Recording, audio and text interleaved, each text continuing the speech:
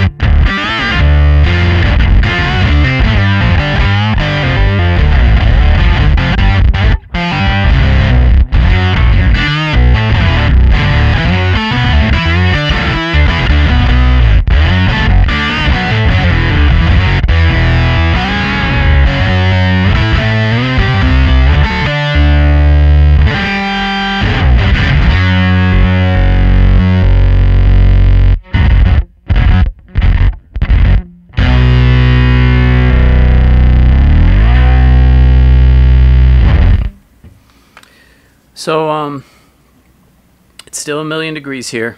I've let myself go, as you can see. And I'm sort of sitting on the floor, or closer to it than usual. I don't believe in air conditioning. I've mentioned that before. Air conditioning is purpose. So, forgive me if I'm a little bit confused. But this is a great pedal. This is the Eartquaker Devices Bit Commander, and what it is it's a sort of a multi-octave pedal. Some people might call it a kind of an analog synthy pedal. What it's doing is actually deceptively simple, by which I mean it's simpler than you might think, given how rich and cool it sounds. I don't know that the circuit is simple. I suspect the circuit's kind of complicated. But basically, it's taking your input signal and kind of squaring it, which is to say it's sort of making it sound like a square wave, because it is sort of a square wave. Kind of distorted in a smooth sort of way. Here's just the input signal. Like a really soft clipping distortion. It does that so that the rest of the pedal can do its job better.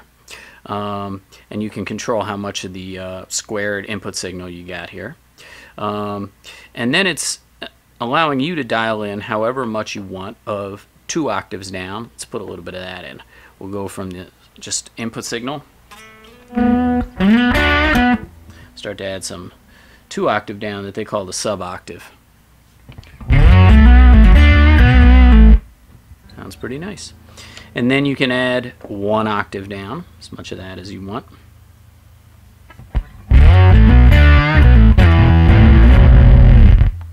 And then you can add 1 octave up.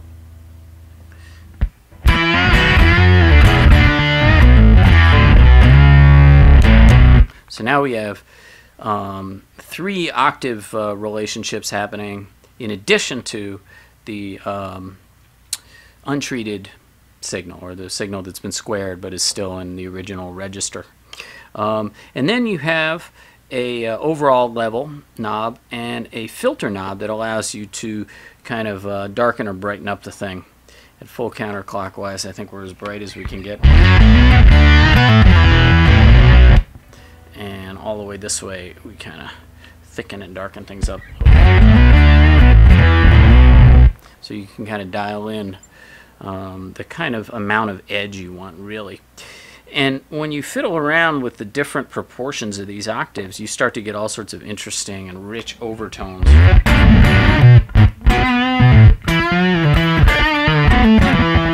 And they respond in different ways depending upon which pickup you're using. The whole thing tracks amazingly well for a single octave pedal, let alone one that's working with 3 octaves. But of course it will track better if you use a neck pickup and maybe roll off your tone control. But so here it tracks really smoothly,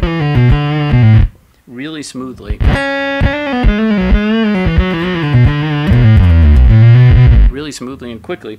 But if I go to the bridge pickup and turn up the tone control, it still tracks well.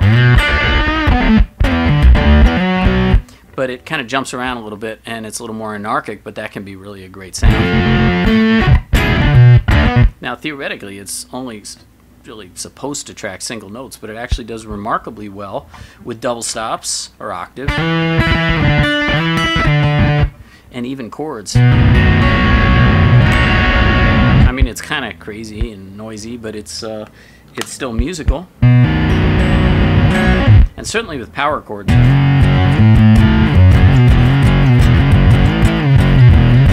I mean, you can really get some fun stuff happening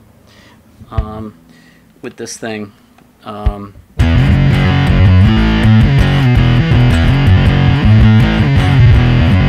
Lots of presence, lots of tightness for something that has so much complexity to its harmonic content. It holds together beautifully well. So what I'd say is it's a pedal capable of some pretty extreme tones. Let's turn down the amount of the bass and just go with the up octave and the sub octave. You can get pretty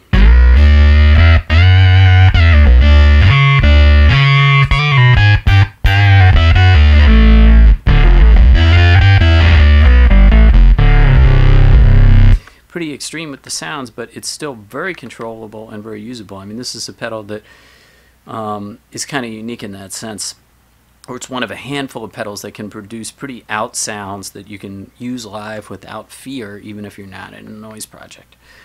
You can apply this stuff much as you might, you know, some kind of Moog lead lines, but you're getting it out of a guitar with all the expressiveness and control of a guitar, right? You don't have to relegate yourself to being a button pusher. As we all know, keyboard players are just pressing buttons. I'm kidding. I know better. What else can I say? It's cool. It looks cool. Seems really well built. All their stuff seems just well conceived and implemented. You should get a hold of the folks at Rock and Roll Vintage and get yourself a Bit Commander. And I hope it's a little cooler where you are than where I am, unless you like the heat. I kind of like the heat, but as I mentioned, it sort of causes me to do things differently. Until next time. Wrong direction. Here's my hand, see? The effects of the heat.